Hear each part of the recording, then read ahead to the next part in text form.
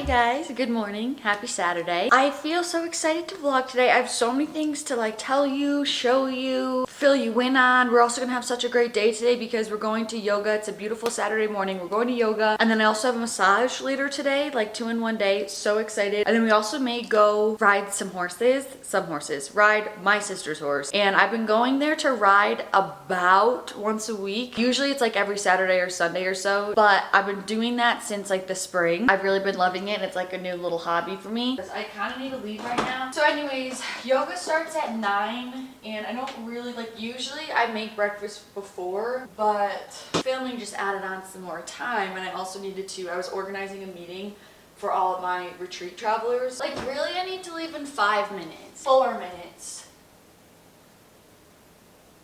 I'm just not gonna eat anything. But I did find these at Walmart yesterday. The ingredients are actually great. There's no added sugar either. And so I think I'm gonna take one of these. I'm going to make a quick to-do list because I have a few minutes. We have yoga, 5:15 is my massage this evening. I am filming this vlog. I wanna film a full day of eating today for short form. And I also wanna film a mini short form vlog. I wanna post on Instagram because I have a post ready. I already planned the retreat meeting. I'm doing 2 different deals with clothing companies and I need to put my order in for those. Like I have to do that because I keep pushing that to the side. Really those needed to go in my priority list, but I put stars by them. I want to make 2 TikToks. I've been on my TikTok grind and I've been having so much fun. I don't know what else. That's all I can think of for now, but we gotta go.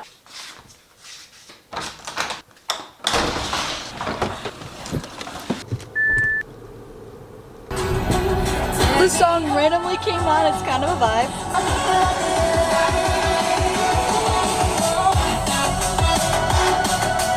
Okay, quick rave before yoga.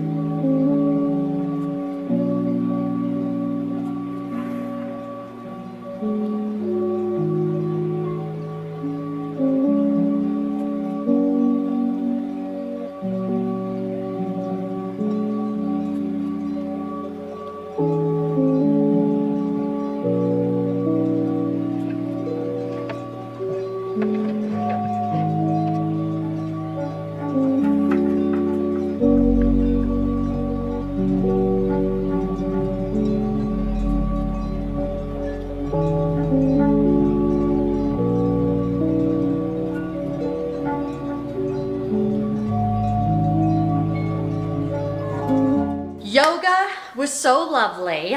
It just felt so nice. I'm also in like such a good mood today for whatever reason. And my mom was cracking me up. My mom and I go to yoga together and my mom was cracking me up. I would like literally felt like I was in class. Like, you know, when you're trying to hold in like laughing out loud, bursting into laughter. I was giggling and giggling and giggling, but it was so fun. And I also just discovered there's a run club in my town. Hello? I don't know why I just assumed like my small town with an older demographic just like wouldn't have that. I thought I'd have to go to like Salt Lake City. So anyways, that's exciting. I'm gonna try that, but now of course I'm traveling for the next couple of weeks. I'm going back home to New York, woohoo, which I'm so excited for that. So I'm gonna miss the next 2 weeks unfortunately, but I'm definitely gonna do that when I like get back. I'm starved. But yeah, actually I guess that is some news. One of the things that I want to tell you guys, I am going back home. I think it's gonna be for about like 10 days. If you don't know, if you're new here, I'm originally from upstate New York, but then I moved out here to Utah like 5-ish years ago. I think this is my 5th year, but I still have like all my extended family back in New York. I'm from upstate New York, so like very central, and I'm actually so excited to be back there. Like the older I get, the more and more and more I appreciate my hometown. Not that I honestly did genuinely love it growing up. Like it's literally looks like a storybook town, like in a little bubble. I think like, of course it's not like great when you're trying to like start your life and like build your life and all of that, like when you're no 18-year-old really wants to be there. I'm just saying the older I get, the more I just like miss the nostalgic, like comfy home feeling and just like how organic it feels there.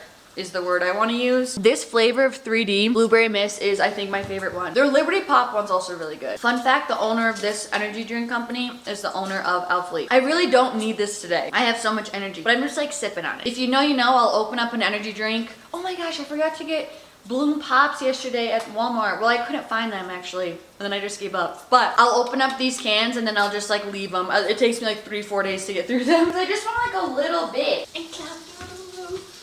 Talk about a few. All is well in the world. We have the best breakfast of all time ready to go. 3 full eggs over medium, salt and pepper, minimal ingredient sourdough with grass-fed butter, and minimal ingredient turkey bacon.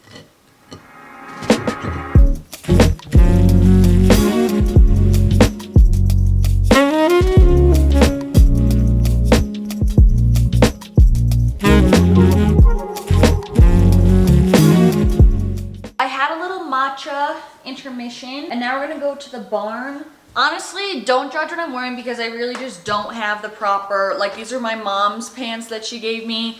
This is a random tank top, and then I literally wear my ski socks because I don't have any tall socks for the occasion. So anyways, we need to get going. I don't know why I just like hit a wall. Okay, change of plans. We're actually not going to the barn today. So here I am in my riding pants for nothing. I'm gonna go tomorrow morning, I guess, so. Because my sister ended up being there for a while, and long story short, whatever, we didn't make a strong enough plan. I'm gonna get changed out of this and then make some lunch. Really a yogurt bowl. I'm like hitting a wall for some reason. But anyways, this is good because I have a massage later today, like I said, and it really was gonna be cutting it close timing wise, and now I actually have time to talk to you guys about nutrition. But why am I hitting a wall? Did I have like a caffeine overload? I really only had like a few sips of that energy drink, and then I did have a matcha, but it was a small matcha. I don't know what's happening. I think I honestly need to eat something. Let me go get changed. BRB.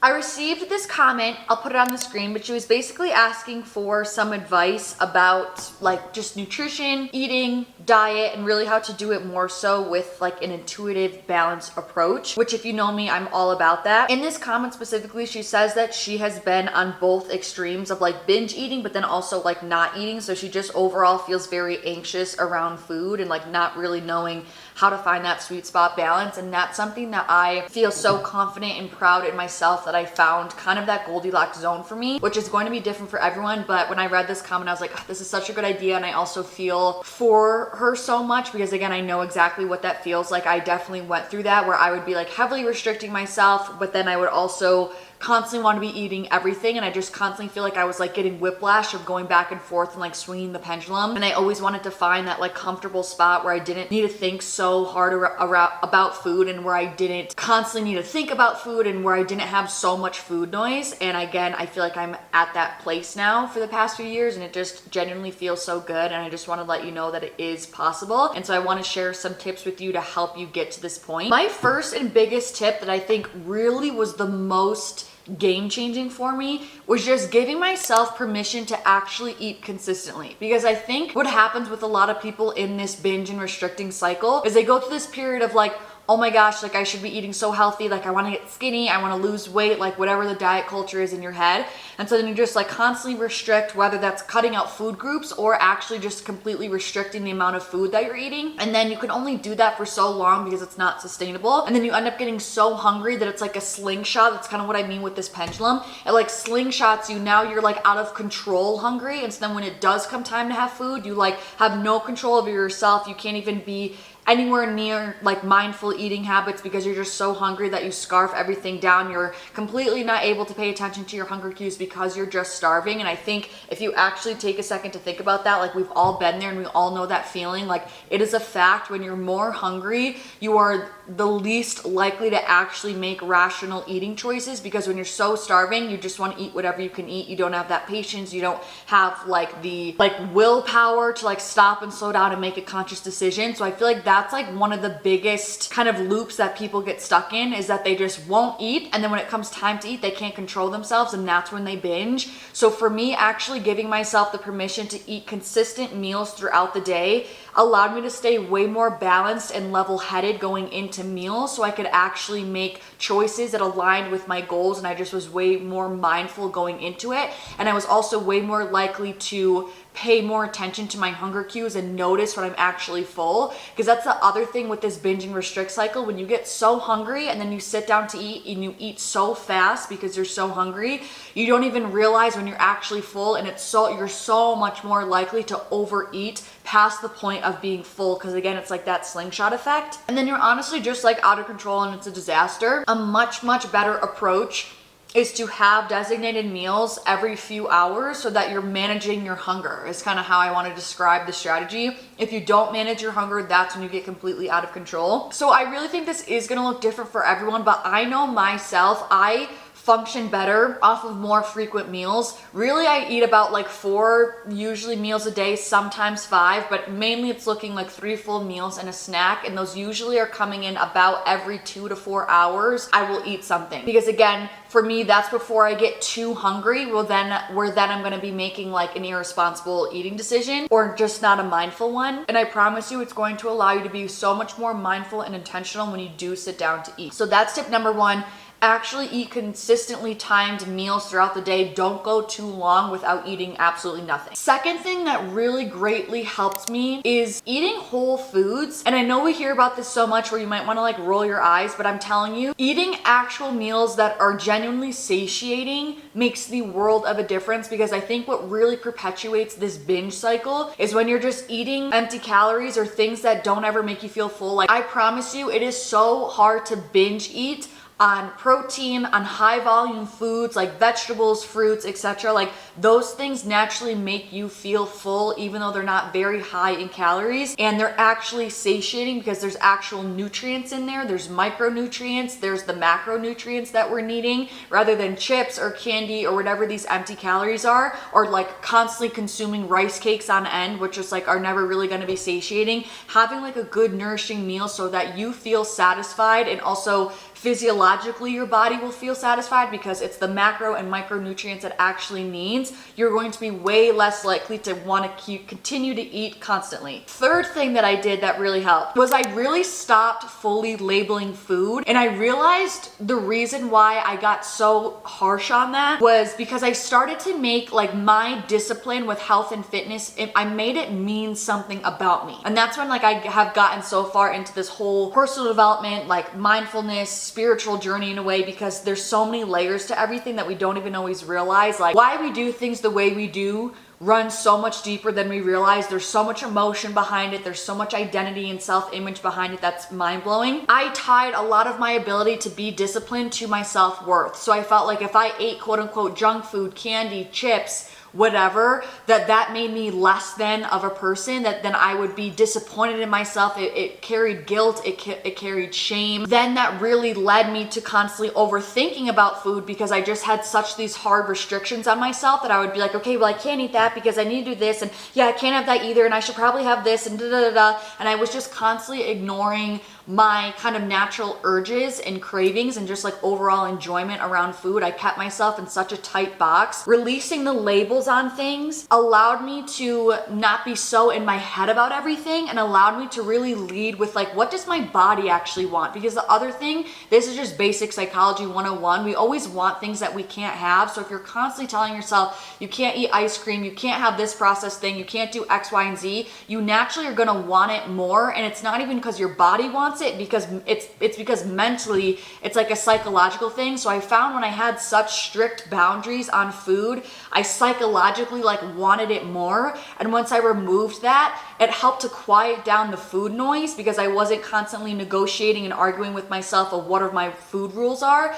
That allowed that to quiet down, and I actually created space for my body to lead, and for my body to tell me what it wanted, what it needed to nourish itself. And spoiler alert, like, your body doesn't just naturally crave these processed things. That's not what's natural. Like, our body doesn't know that naturally. So when I actually allowed that food noise to quiet down, like, my body wanted whole foods. My body wanted protein. My body realized, oh, I kind of am craving steak because I'm on my period and I'm low on iron, or I need more nutrients this week. Like a lot of the times that we think we have all these endless cravings of like, oh, I couldn't eat intuitively. Like I would just constantly be eating junk food all day long. Like I guarantee if you did it with the right mindset, like no, your body does not want junk food 24/7, because honestly, if you're honest with yourself, having junk food 24/7 makes your body feel like crap. So it's not gonna want that. You know what I mean? Allowing my body to lead has kind of naturally created such a good balance of like healthier, whole foods, micronutrients, nourishing things, while also having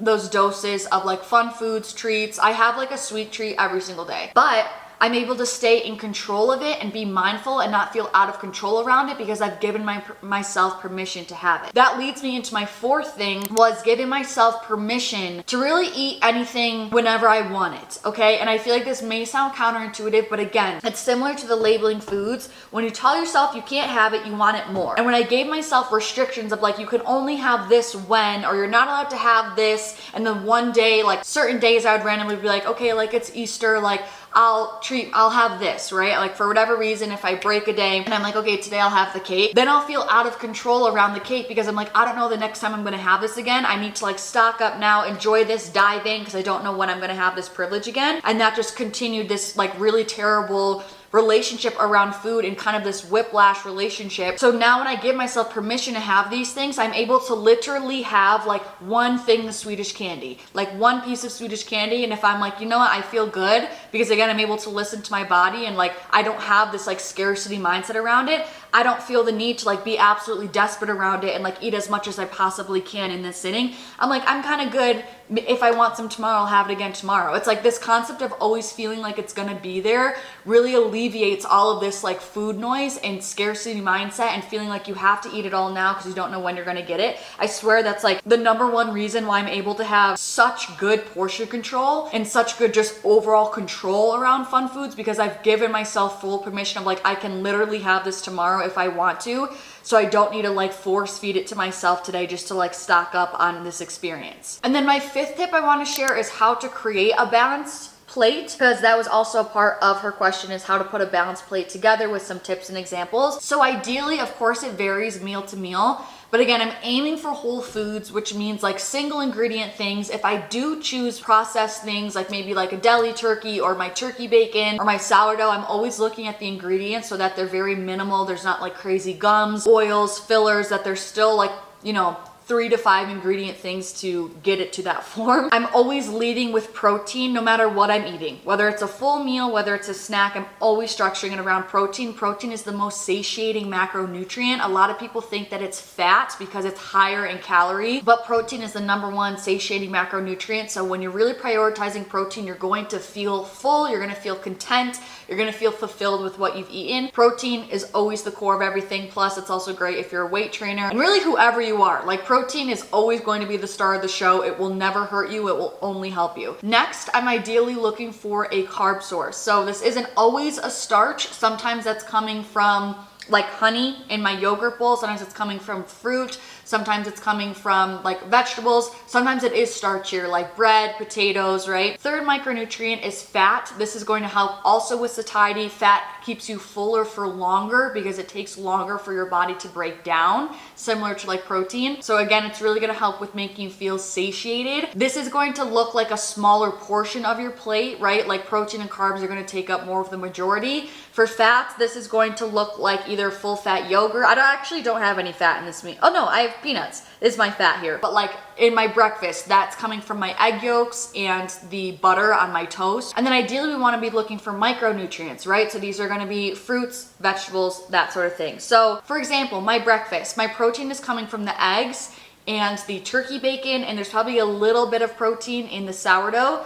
For my fat, that's coming from my egg yolks and my butter, like I said. And my carb is coming from my sourdough. For this lunch, my protein is coming from the non-fat Greek yogurt. My fats are coming from the peanuts, and the carbs are coming from the honey and the fruit. and my micronutrients are also coming from the fruit because I have raspberries, blueberries, and strawberries in here. For dinner, an example would be like steak, potatoes, and green beans, right? My micronutrients are coming from the green beans, my protein and fat is coming from the steak, and my carb is coming from the potatoes. So I just try to keep it balanced in that way. Not every meal has all of it. Like for example, there tends to be meals that are more like carb heavy, and then the next meal I have one that's more fat heavy. It just kind of depends, but overall that balance on like a daily and weekly basis at the end of the day and at the end of the week is coming out to be more balanced. Quickly before I have to go to my massage, I want to share with you guys my new rings that my mom got me. So there's an antique show where I'm from that happens every year in upstate New York, and I've actually gotten some jewelry from there previously, but just like I don't know, it just hasn't been lining up for me to go back that week to visit home. But now like next year I'm like determined to go during the antique show week because they have such good jewelry there, and antique shows are such a sleeper place to get really sick, unique jewelry. And I feel like I'm in the space now. Like not only can I afford it, but also like I'm just ready to like really start an actual jewelry collection. Like I've always loved jewelry, but I've never really bought in things that if I like couldn't wear it every day. But I'm ready to start like a collection, like have a jewelry box. Like I just feel like I'm more ready in that space like of life where I can like be responsible about them and like actually have a designated area for all of my jewelry, I guess. But so this one I actually picked out because she was a queen and was sending us like pictures of different like jewelry trays and stuff. And so I saw this one and I just love all of the dots around the border, and then there even is like a braided border on the inside, and then there's dots on the outside of it. I just thought this was such a cool, unique ring. I loved the dots. This one was a surprise. I literally think it's a child's ring. Like it's honestly really small.